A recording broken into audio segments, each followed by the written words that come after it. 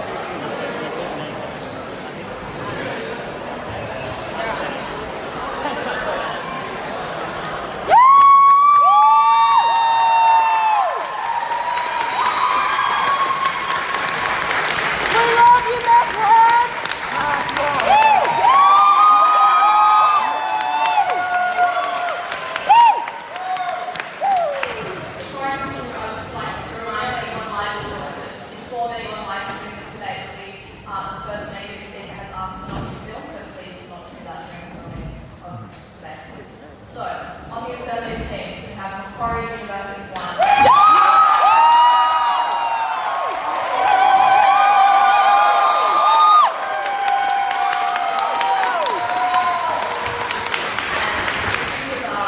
Udai, Kamath.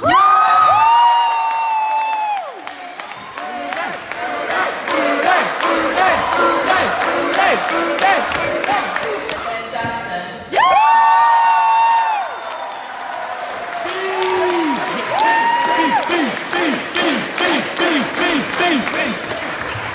And Amelia Taylor.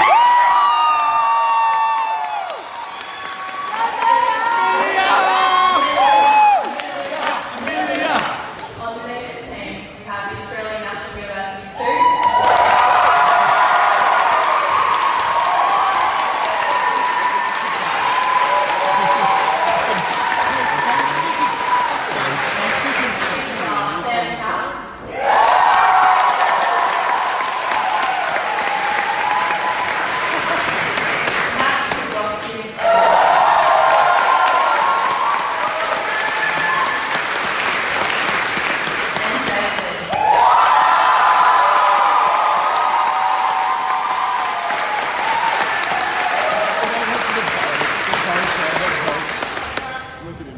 Joining me on this panel tonight are from Sydney University, Steph White. Leeder. And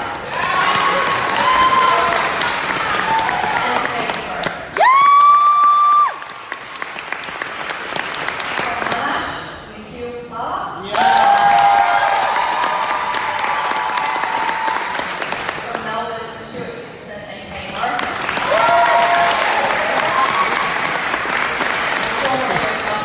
Dawson.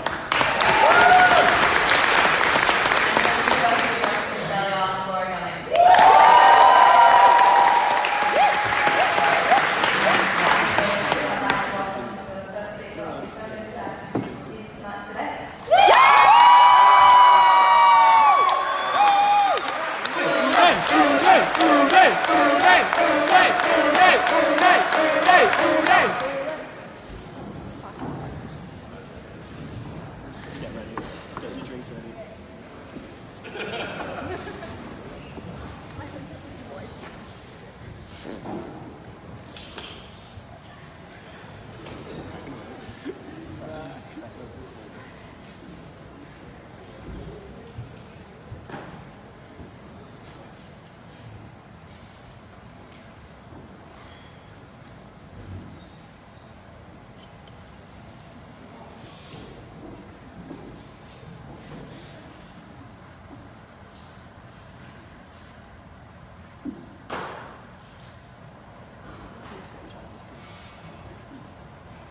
In this speech, 3 issues.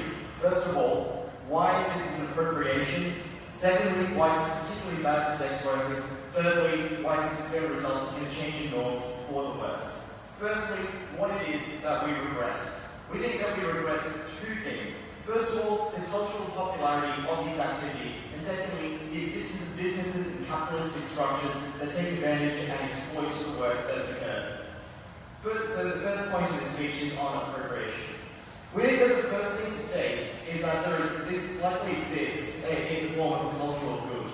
And that is to say that we think there are 3 key things here. The first one is that there is an artistic tradition which exists. That is to say that things like burlesque and stripping have often had a very long history and a lot of tradition behind them. Secondly, that there is a lot of effort put into it by performers to develop it as an art form and not just as a profitable activity. And thirdly, that the fact that it is a profitable activity does not diminish from its artistic value, just in the same way that we allow artworks to be sold, and that does not diminish the value, just in the same way that like a cultural food can be sold for profit, that does not diminish its cultural value.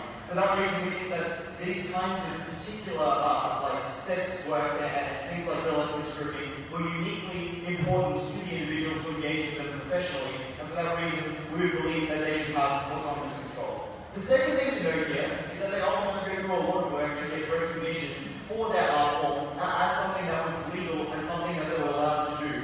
That meant that they put in a lot of work to lobby the government, to allow for that thing to occur. We would not want other people to be able to benefit from that work. We thought that they should be the ones to receive that benefit. We thought when other people engaged in those kinds of activities, we thought that when businesses profited off those activities by teaching them when they were not involved in the creation of those activities, that was immoral. The third thing to say was that we think that traditionally the way these businesses, like these practices have been engaged with, was in an extremely high-risk environment where the people who engaged with them had to suffer very bad consequences. We think the criminalization of these activities in different contexts, where only the good and fun parts are taken and the bad parts are not, it is like a criminalization which we would not stand for. For those 3 reasons, we would say that overall, we think sex workers should have autonomous right to these acts, and that we think it is equivalent to theft when we allow other people to have access to them in such a way where it is not, where it is done in these ways. That was the principal point.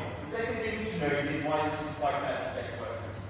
The first thing to note here is that the jobs that sex workers perform are quite risky. That is to say that there's often a significant exposure to like very horny and drunk men, and that is that these are particular actors who are likely to feel extremely comfortable objectifying these sex workers. People are quite likely to feel comfortable groping these workers, and people are likely to be physically imposing and have very little compunctions against assaulting them in ways. The second risk is that they are exposed to managers who are like people with mental sex who are very likely to be unscrupulous actors. That is to say that they tend to be seedy, they tend to be sexist, they tend to be not particularly reputable business people because this industry does not attract particularly reputable business people.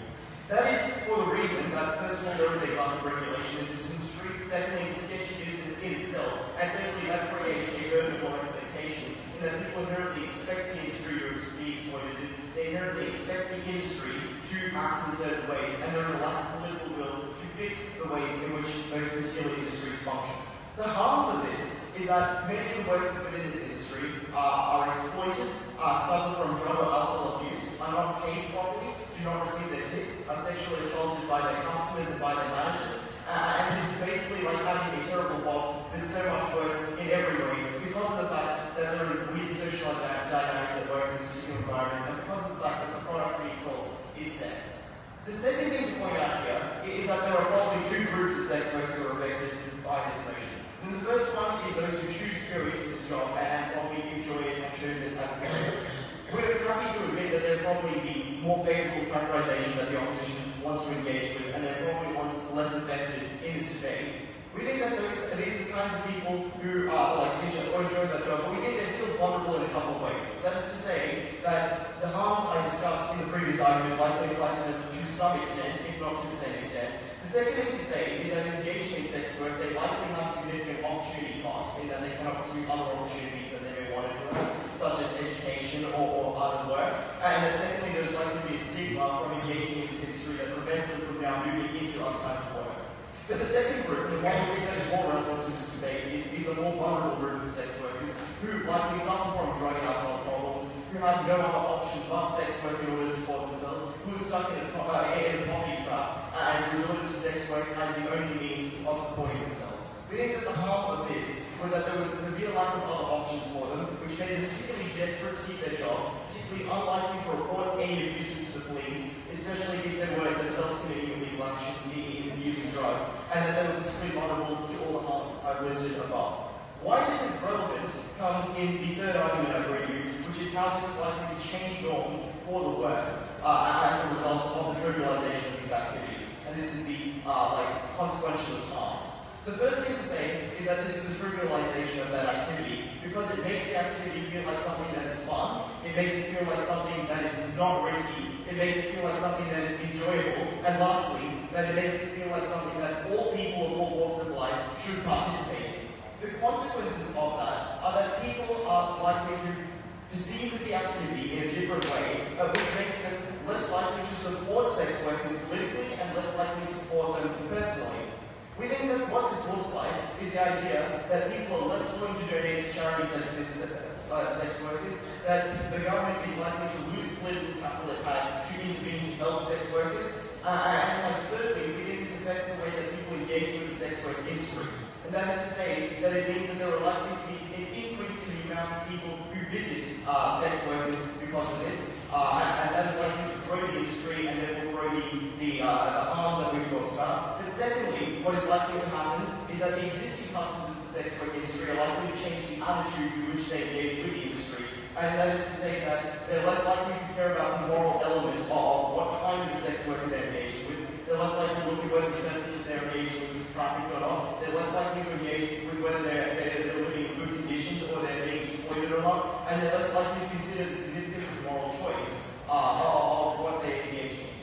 The last thing to say is that this is likely to encourage groups of people to enter the sex work industry in a way that is likely not good. And that is to say that people who engage in these activities casually and as a form of exercise are likely to feel that it is fun and an enjoyable activity that they're good at, and likely to then see it as a career option.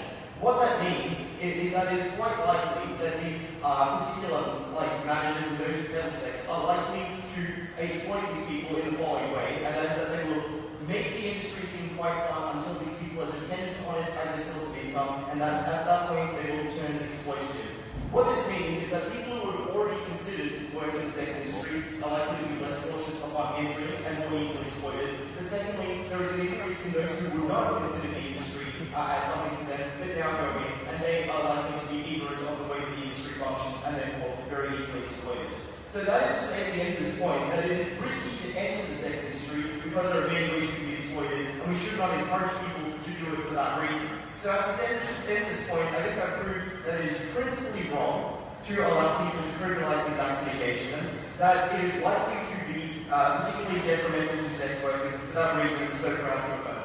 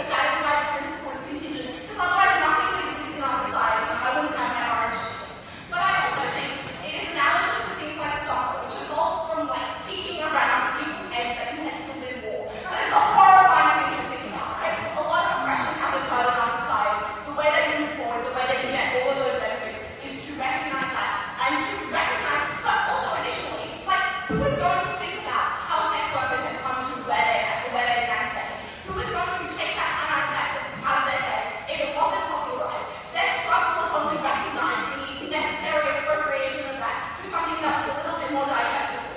We also think that the art form continues to stand. That is to say, the Moulin Rouge versus a small art house kind of burlesque group is completely different. They have different incentives. They are able to pursue that art in whatever way they feel is most legitimate. We think it wasn't fair to say that just because something gained a capitalist momentum meant that it didn't acknowledge its history and couldn't be artistically, have artistic integrity. So then, do more people go into sex work under our side of the house? Firstly, pole dancing is not sex work. They tell you that these kinds of things are fun until you depend on your income. Here was the difference that we brought you under our side of the house. We diversified sex work into varying levels. We gave it more demand in different levels. That meant that instead of having to become a sex worker out of poverty you could now become, a pole dancing instructor or work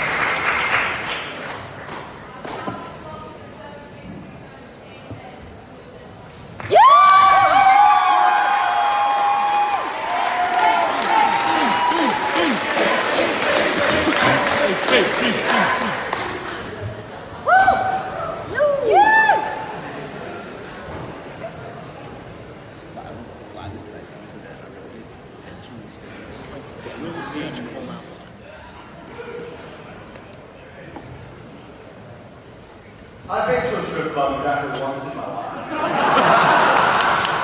I was pretty wasted, and when I realised where I was, I started crying. This place is fucked up. That's my main thought about this debate.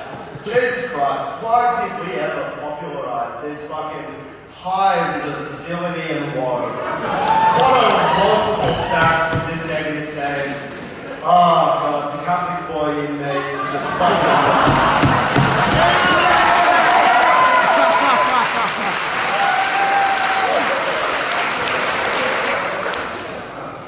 somebody should tell the Australian all about that.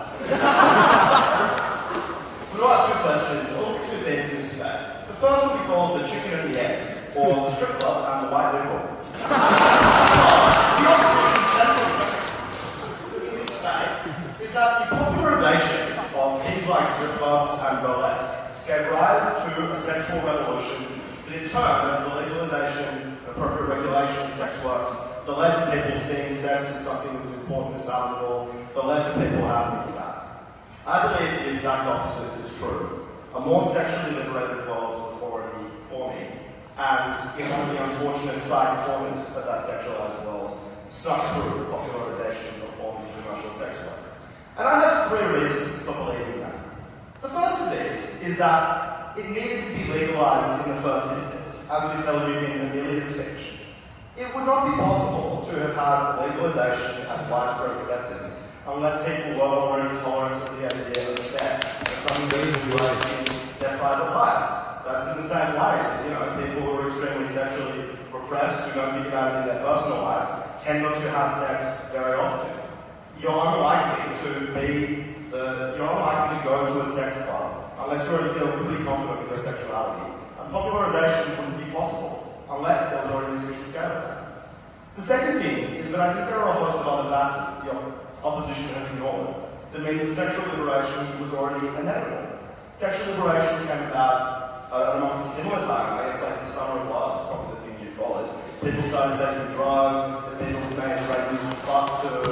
There were just a host of factors, really, that gave rise to the idea that sex was something you could celebrate in private.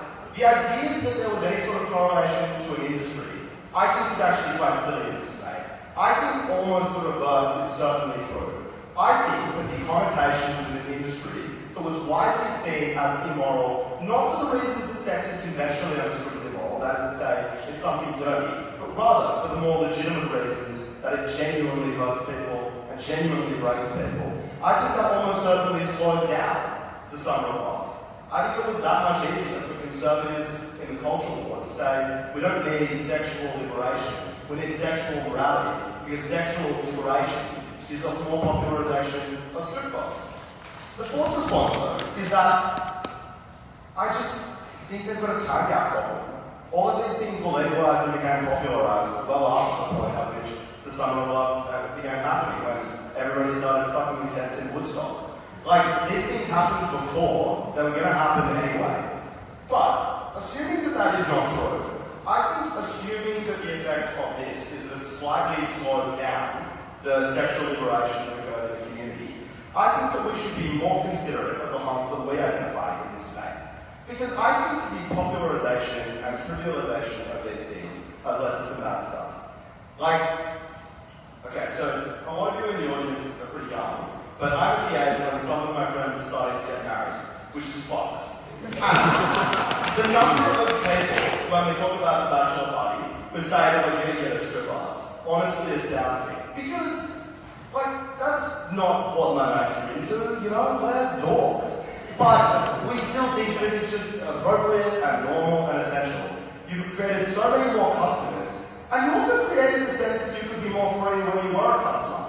I want people on their toes when they visit a sex worker. I don't want them feeling like that sex worker is selling them a product that they have an absolute right over. Because when they feel that way, they get grumpy when there's no touchable. Or they're going to ask them to go back to the champagne club. This is the champagne club. Not great on the go on this one. I think that comfort is dangerous to sex workers. And I also think that this will encourage people to become sex workers somewhat, because it's more popularised and it seems more trivial. In a way that is obviously regrettable in this debate, because our characterisation was not, as that second negative speaker well put, that this is a good strategy to get out of poverty. It's that people in poverty make some short-term decisions. They're not treated in a manipulative fashion by abusive bosses who own their clubs. And they get out and they can't get out of it, or they find it difficult to get out of it, or they don't receive the proper care while they're there, or they don't understand what they're doing, and their bodies and their minds are tarnished for that. I think that is regrettable. That's not a good strategy. And I also think as a community, we have less concern for sex work. We think of stripping as something that's cool and fun and interesting. And that means it's more difficult to rile up the sort of very legitimate and important political concerns that leads to there being more protection. Which means that really, we would have seen legalisation of sex work at the same time. Because legalisation of sex work wasn't created by the popularization of sex work. That happened beforehand. It couldn't become popular when it was criminal. The reason that it happened was because compassionate harm minimisation policymakers recognised that having it illegal was an unsuccessful strategy that is uncorrelated to the reality of popularisation. But the harms to sex workers in almost all other circumstances, people working in the industry, were incredibly dangerous. So finally, on to whether or not this is moral. I think that at second negative, they have some good responses to our material here. I think the bad one is that this is analogous to some sort of cultural norm like soccer. I think that conceptually, soccer as a cultural norm cannot be considered autonomous, because the idea is to keep the ball away from you. So it's all about sharing. I think the better one is the idea that you are able to move forward with some things, and that's stuff about Chinese food and how it changes and how you cook it in different ways. But I think that betrays what was lost. Because the point of the principle was not just that it's an autonomous cultural right, but it's a hard-fought and hard-won autonomous cultural right that should be treated exclusively by participants who understand what they're getting into, who treat it seriously and artistically. For burlesque, genuine burlesque workers who view that as a craft, not just a commercial product, I think it would really hurt them to see. And I think it would be really damaging. And even if it didn't hurt them, I think it's a violation of, I guess, like their property rights. Maybe there's the right way of thinking about it, to take this away from them in a way that's regrettable. That's why we don't support cultural appropriation. It's not cultural modification by an autonomous group. It's cultural appropriation. And that's also why that first reading response is the idea of pride isn't really acceptable here. Because they can't feel pride in it, because it's been taken from them, because conceptions have been put forward in the mainstream that changes what it means to be one of these people, what it means to have this as a career. It's not something that we should support morally. And at least what that principle should tell you is that the trade-off in this debate on the pragmatic material between sex workers themselves or strippers themselves and, I guess, people who are able to experience those benefits in the broader community, we should always favour the people from whom that good originate, morally speaking. They've got to be more important, because otherwise we're stealing from them. And that's, just briefly, I think all of that substantive material about non-defining my sexuality is good, but that's obviously just a function of sexual liberation. I've already demonstrated why that's happened. To conclude on a note unrelated to the debate, I've had a very long and enjoyable debating career, and I'm astonishingly grateful to be able to conclude my time as speaking in front of all of you. Thank you so much.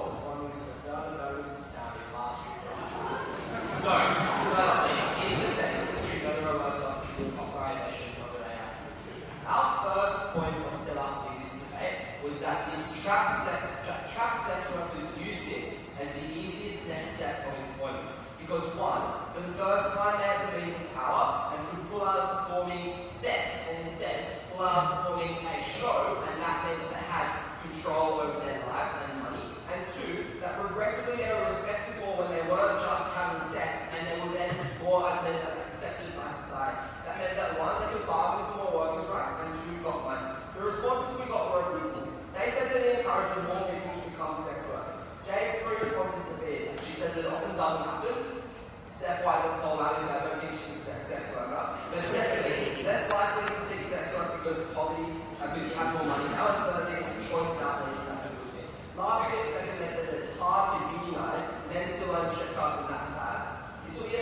throughout this speech that I think the opposition needs to be comparative. If all of the structural reasons we gave you are true, then maybe we haven't gotten rid of better than sex strip clubs, but we've made it a hell of a lot better. And then Beach started speaking. So his claim was this: sexual liberation, was already happening, and therefore none of this mattered.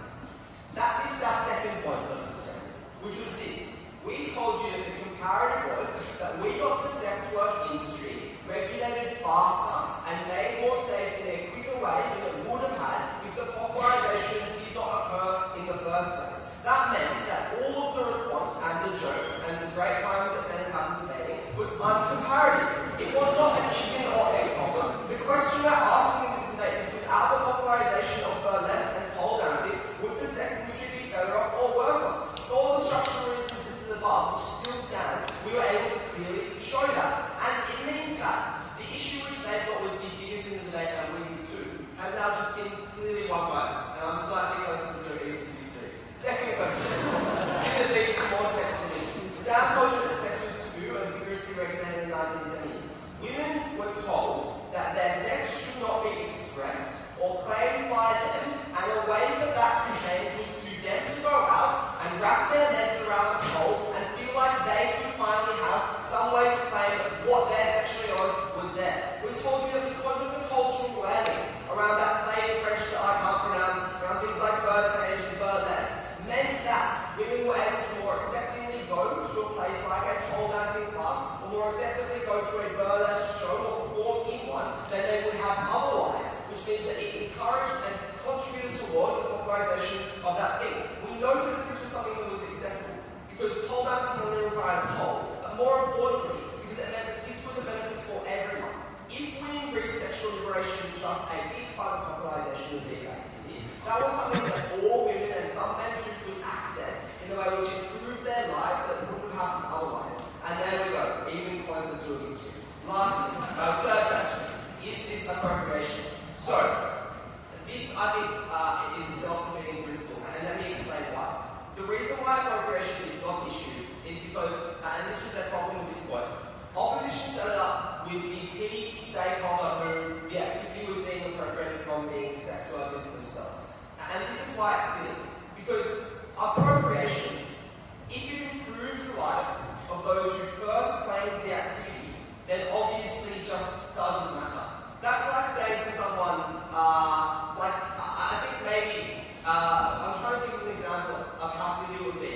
Jade's Chinese, for example, probably does it quite well. But if, say, some other group appropriated debating and said, no, our debating is better than this debating, but all it did was make debating an incredibly popular activity that more people access, made all the debating coaches even richer than they already are, and made more people watch this and make it feel more important, then I think that we claim that as a win for debaters. All that logic applies to sex work activity too.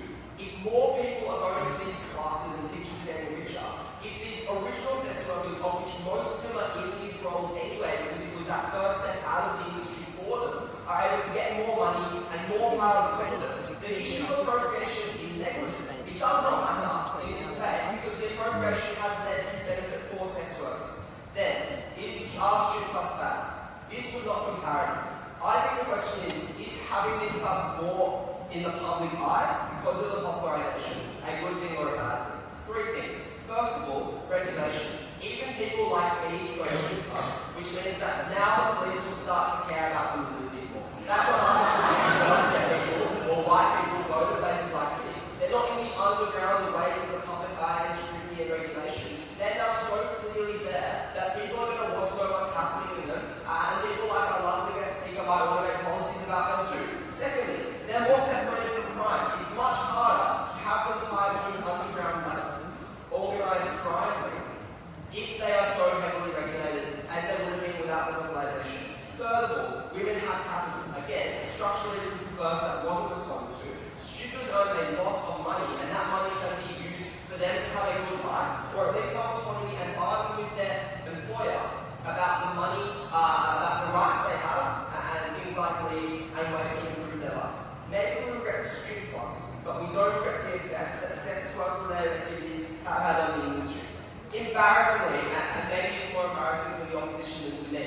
I, for the first